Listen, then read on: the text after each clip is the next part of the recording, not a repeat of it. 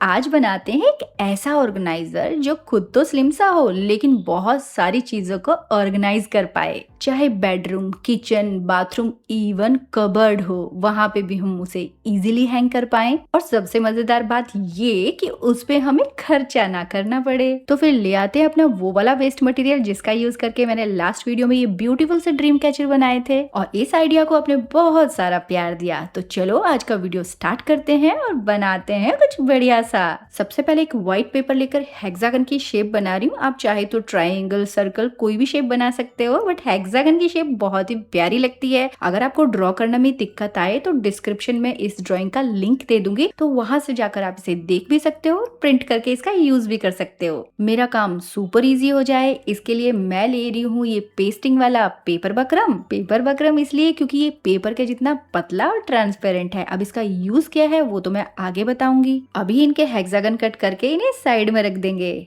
और मेरे इस खजाने से तो आप लास्ट वीडियो में मिल चुके हो, तो चलो इसे खोलते हैं और निकालते हैं अपना खूब सारा वेस्ट मटेरियल, यानी कि बहुत सारे वेस्ट कपड़े। अब आप इन्हें देख के बिल्कुल मत समझना कि ये पहनने के काम आ सकते हैं, क्योंकि ये कुछ कटे फटे ऐसे कपड़े हैं जिन्हें हम किसी को दे भी नहीं सकते। और इसकी जगह अगर आपके पास में कोई छोटे मोटे कपड़े भी पड़े हैं ना, तो आप उनको भी ले आओ। जितना अलग अलग कलर के होंगे, जितने अलग अलग डिजाइन के होंगे, उतना ही हमारा ये पीस ब्यूटीफुल बनेगा। सभी कपड़ों को वॉश करके आयरन कर लेंगे, और जो हमने शेप कट करी थी ना पेपर बकरम की, उसे यहाँ पर रखकर उसके ऊपर भी आयरन करेंगे ना, तो फिर वो इस कपड़े पे पेस्ट हो जाएगा। क्योंकि इस बकरम फैब्रिक के एक साइड पर ग्लू होती है, आयरन और हीट की वजह से वो कपड़े पर चिपक जाता है। इसमें एक चीज का जरूर ध्यान रखना कि जो ग्लू वाली साइड होती है ना, वो थोड़ी सी शाइनिंग वाली होती है, और उसको हमें कपड़े की साइड में रखना होता है। अगर वो आयरन की साइड में रखोगे ना, तो वो आयरन पे चिपक जाएगा, कपड़े पे नहीं चिपकेगा।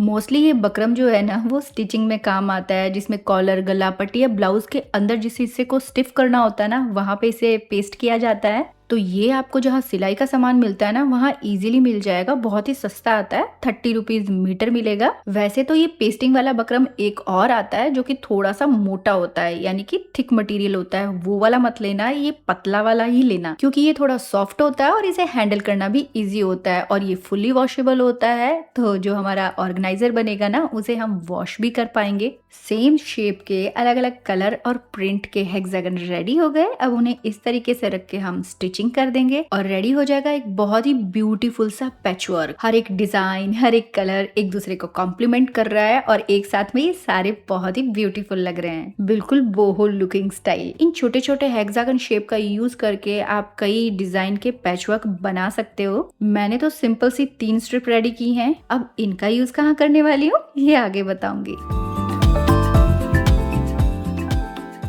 अगर आपके पास में कोई पुरानी जीन्स, ट्राउजर या पैंट पड़ी है तो उसे ले आओ, क्योंकि अब हमें चाहिए अब बड़े बड़े 2 रेक्टेंगल पीस। पैंट के जो कपड़े का मटेरियल होता है वो थोड़ा मजबूत भी रहता है, और साथ ही हमें इसकी लेंथ भी अच्छी खासी मिल जाएगी। तो इसकी कटिंग के बाद हमें एक जैसे साइज के 4 पीस मिल गए हैं। अब जैसे वीडियो में दिखा रही हूँ, बिल्कुल उस तरीके से हम इसकी स्टिचिंग कर देंगे, तो हमें अपने ऑर्गेनाइजर का बेस बनाने के लिए 2 बड़े बड़े पीस मिल जाएंगे। अब अगर आप ये कहो कि जैसे हमें स्टिचिंग तो आती ही नहीं, तो कोई बात नहीं, आप इसे फैब्रिक ग्लू लाकर पेस्ट भी कर सकते हो।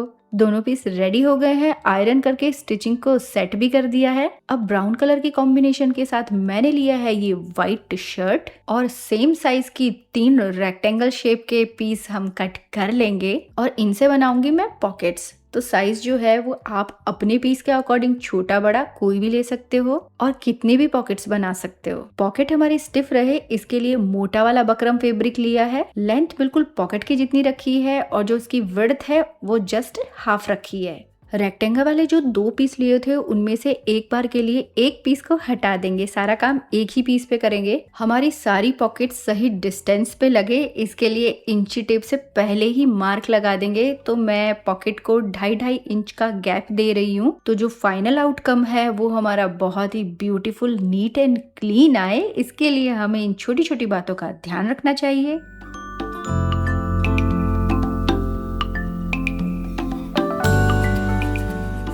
फैब्रिक ग्लू लगाकर बकरम को कपड़े के साथ पेस्ट कर दिया है और इस तरीके से हमारी 3 पॉकेट्स रेडी हो गई है। और जैसे वीडियो में दिखा रही हूँ ना, बिल्कुल उसी तरीके से रखकर हम इनकी स्टिचिंग भी कर देंगे। पॉकेट्स अपनी जगह से हिले नहीं, स्टिचिंग गलत ना हो, इसके लिए मैं यहाँ पर क्लिप्स लगा रही हूँ। अब अगर आप मुझसे फिर वही बोलोगे कि जैसे सिलाई नहीं आती, तो मैं फिर से वही बोलूंगी कि कोई बात नहीं, फैब्रिक ग्लू यूज कर लो।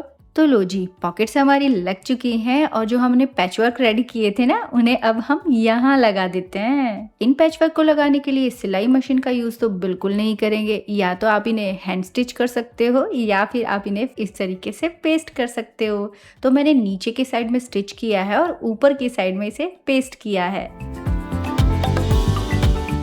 तो हमने फ्रंट पीस पे पॉकेट्स और डिजाइन लगा दिए हैं और फ्रंट पीस रेडी कर लिया है। अब जो बैक साइड का पीस है ना, उसे ले आते हैं और यहाँ पर रखकर इसकी स्टिचिंग कर देंगे।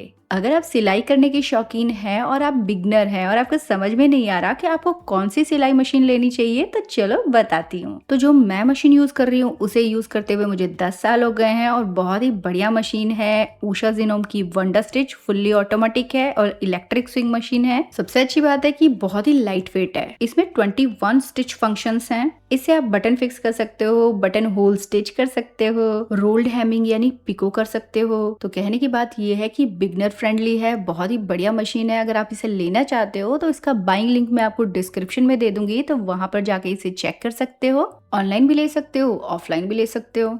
अब जो ये पॉकेट है ना, ये बहुत ही बड़ी है। इतनी बड़ी है कि इसमें कोई भी चीज डालेंगे ना, वो अंदर चली जाएगी। तो इसके लिए यहाँ पर ये डिजाइन बनाकर यहाँ पर हम स्टिच कर देंगे। तो ये डिजाइन दिखने में सुंदर भी लगेगी और हमारी एक पॉकेट से हमें 2 पॉकेट मिल गई। तो हमारे इस पॉकेट के सेक्शन बन गए। अलग अलग चीजें भी डाल सकते हो, चीजें गिर के पॉकेट के अंदर भी नहीं जाएगी। क्योंकि मैं इस ऑर्गेनाइजर में अपना क्राफ्ट मटेरियल ऑर्गेनाइज करके रखना चाहती हूँ, इसीलिए मैं क्राफ्ट से रिलेटेड बहुत सारी छोटी छोटी सी ड्रॉइंग यहाँ पर बना रही हूँ। मुझे एक्स्ट्रा मेहनत करने की आदत है। आप चाहो तो इस स्टेप को स्किप भी कर सकते हो। अब कुछ बटन्स लेकर यहाँ पे लगा देंगे और इन्हें अच्छे से स्टिच कर देंगे, क्योंकि इनका यूज भी हम ऑर्गेनाइज करने के लिए ही करेंगे। यहाँ पे हम क्या ऑर्गेनाइज करेंगे, यहाँ पर हम अपनी कोई ब्रेसलेट्स, चेन या फिर आपके पास में इयररिंग्स है तो वो भी हैंग कर सकते हो। कुछ हेक्सागन ले लेंगे, कुछ वुडन बीड्स ले लेंगे और एक डोरी लेकर उसके नीचे नॉट लगा देंगे। और फिर जैसे वीडियो में दिखा रही हूँ ना, बिल्कुल उसी तरीके से हम इनकी पिरोई करेंगे और रेडी कर लेंगे ब्यूटीफुल सी लटकन। अब जो ये लटकन्स मैं बना रही हूँ ना, ये हमारे ऑर्गेनाइजर की ब्यूटी पर 4 चांद तो लगाएगा ही लगाएगा, साथ ही ये बहुत ही यूजफुल भी होने वाला है। अब आप भी सोचोगे इन लटकन्स पे क्या ही ऑर्गेनाइज कर सकते हैं भला, लेकिन इनका यूज तो मुझे सबसे बेस्ट लगा। ऐसी चीज ऑर्गेनाइज करेंगे जो कभी हमें सही जगह पे नहीं मिलती है। अब आप भी सोचोगे कितना सस्पेंस क्रिएट करोगी जयश्री, बता क्यों नहीं देती हो। हद हो गई है यार जयश्री, वेस्ट मटेरियल को भी यूज करने की एक लिमिट होती है। मैंने तो इन बचे खुचे कपड़ों के ऊपर से बटन्स तक को निकाल लिया है। अरे भाई ऐसे कैसे जाने दे, हर एक चीज का पूरा यूज करेंगे।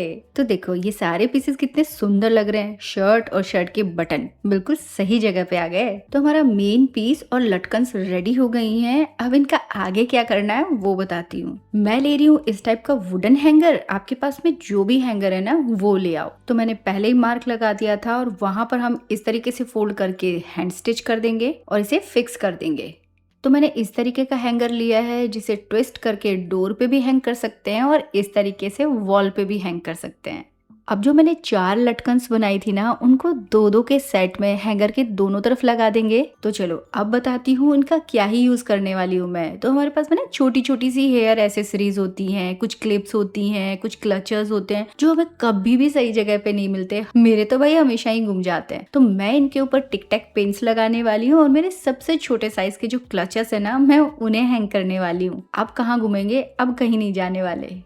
तो कैसा लगा आपको आज का आइडिया? अगर पसंद आए तो लाइक शेयर कमेंट जो भी करना चाहते हो कर देना। और मैं जा रही हूँ अपनी चीजों को ऑर्गेनाइज करने। तो फिर मिलूंगी नेक्स्ट वीडियो में नए क्राफ्ट के साथ, नए आइडिया के साथ।